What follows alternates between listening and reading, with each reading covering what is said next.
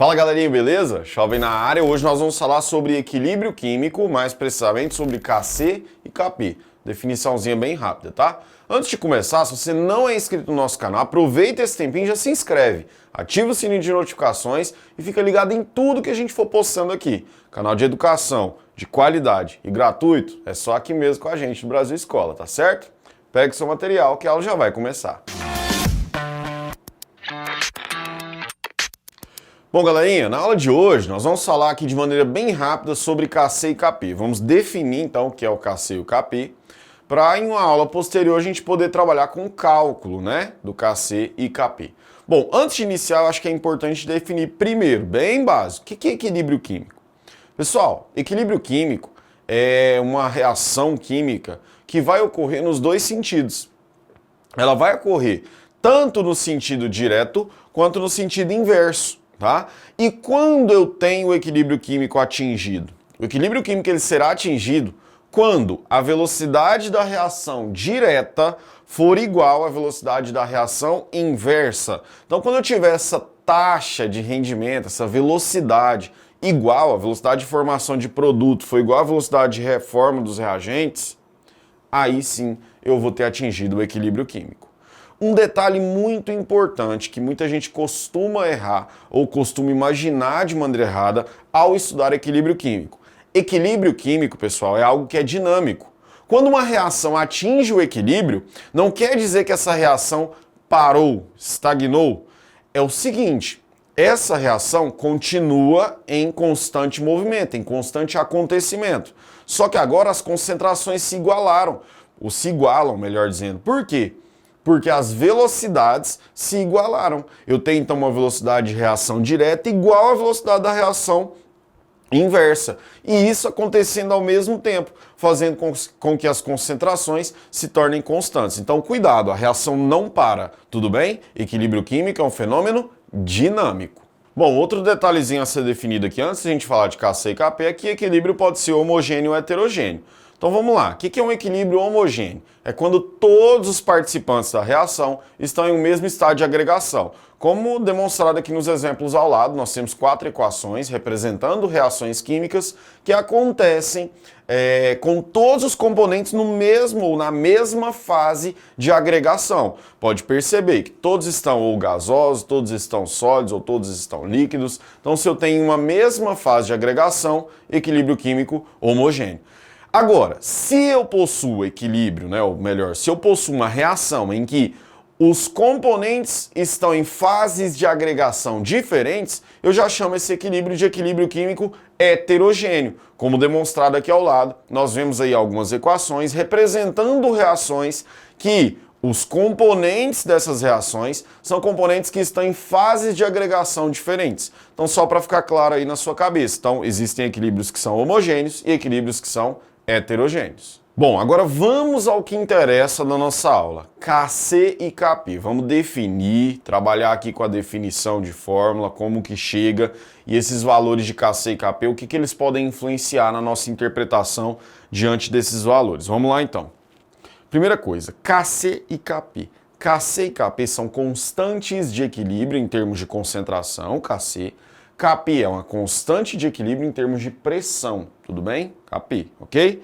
Bom, elas são calculadas com base na sua equação, os valores que são dados de concentração, velocidade, tá? Professor, deixa isso mais claro. Vamos lá então, vamos partir para um exemplo, você entender da onde que vem esse Kc e esse Kp, e depois a gente falar o que ele vai influenciar. Primeiro, são valores constantes, tá? Por isso que a gente chama de K, constante de equilíbrio. Segunda coisa, imagine uma reação genérica como essa demonstrada aqui. Então, A mais B virando C mais D, onde Azinho, Bzinho, Czinho e Dzinho são coeficientes estequiométricos, tudo bem? Beleza. Considere então que a reação A mais B virando C mais D é a reação direta. E o contrário, que é C mais D se transformando em A mais B, é a reação inversa.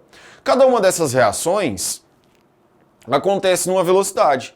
E nós dizemos hoje, né, nessa aula, nós dissemos que Quando a velocidade da reação direta se iguala com a velocidade da reação inversa, nós temos então o equilíbrio químico, ele foi atingido. Bom, isso também pode se chamar de taxa de desenvolvimento, tá? Velocidade, taxa de desenvolvimento. Ela é calculada como? É a constante vezes a concentração dos membros elevada aos seus respectivos coeficientes estequiométricos. Professor, você está falando grego para mim. Então vamos colocar aqui de lado? Vou mostrar para vocês. Vamos lá. Vou calcular a velocidade ou a taxa de desenvolvimento, vou montar a equação dessa velocidade ou taxa de desenvolvimento para a reação direta. Vamos lá, como é que eu monto? Velocidade vai ser igual a K, que é uma constante de velocidade, uma constante de proporcionalidade, vezes a concentração de A elevado a Azinho, vezes a concentração de B elevado a Bzinho. Ou seja, concentração dos reagentes elevado aos seus respectivos coeficientes estequiométricos. Pronto. Essa é a equação que define a velocidade da reação direta. Agora vamos montar a da equação inversa, ou da reação inversa, melhor dizendo. Nós teremos que velocidade é igual a K vezes concentração de C elevado a Czinho vezes concentração de D elevado a Dzinho. O que isso quer dizer? Que uma constante vezes os produtos elevado aos seus respectivos coeficientes estequiométricos é o que vai gerar, o que vai dar, nos mostrar a velocidade dessa reação inversa. Beleza. Se a gente igualar essas equações, nós chegaremos então no fato, no dado que o equilíbrio químico nos fornece conceitualmente falando, que é velocidade da reação direta igual a velocidade da reação inversa. Pois bem, não vamos entrar em detalhes. O que eu quero te falar é, as constantes em termos de concentração e de pressão são dadas sempre pelos valores de produtos elevado aos seus respectivos coeficientes estequiométricos dividido pelos reagentes elevado aos seus respectivos coeficientes estequiométricos. Se for Kc, é concentração. Se for Kp, é pressão. Simples assim. Então estou tentando dar um panorama bem geral sobre Kc e Kp para vocês, sobre essa definição, se é que é possível a gente trabalhar dessa forma. E agora chega um momento crucial. Vamos tentar interpretar o que o valor do Kc e do Kp vai trazer para a gente de informação. Bora lá? Bom, chegamos então acho que na parte mais importante da aula, que é, temos definição de equilíbrio, classificações, falamos um pouquinho sobre Kc e Kp, falamos como ele vai ser calculado. Agora acho que é importante, a gente travar mesmo na ideia do seguinte, o que esse valor de Kc e Kp pode me trazer de informação? Eu posso bater o olho no Kc e no Kp e ter uma informação rápida que pode ajudar num exercício, eu ser mais veloz nesse exercício, num vestibular, num Enem, isso vai me ajudar, Isso vai me auxiliar de forma positiva. Então vamos tentar aí ver alguma coisinha sobre esses valores. Vamos lá, primeira coisa que você pode observar, se o seu Kc ou Kp for igual a 1, se ele for igual a 1, o que você pode interpretar diante disso? Que as concentrações ou as pressões são iguais entre reagentes e produtos, porque um dividido pelo outro deu 1. Tudo bem? Então a primeira coisa que você pode interpretar ali de bate-pronto. Segunda coisa, se o seu Kc ou Kp é alto, poxa, quer dizer então que a concentração ou pressão dos seus produtos é maior que a concentração ou pressão dos seus reagentes. Porque na hora de efetuar a divisão, gerei um valor alto, portanto o meu numerador deve obrigatoriamente ser um valor maior que o meu denominador. Simples assim. E se eu tiver um Kc ou Kp baixo?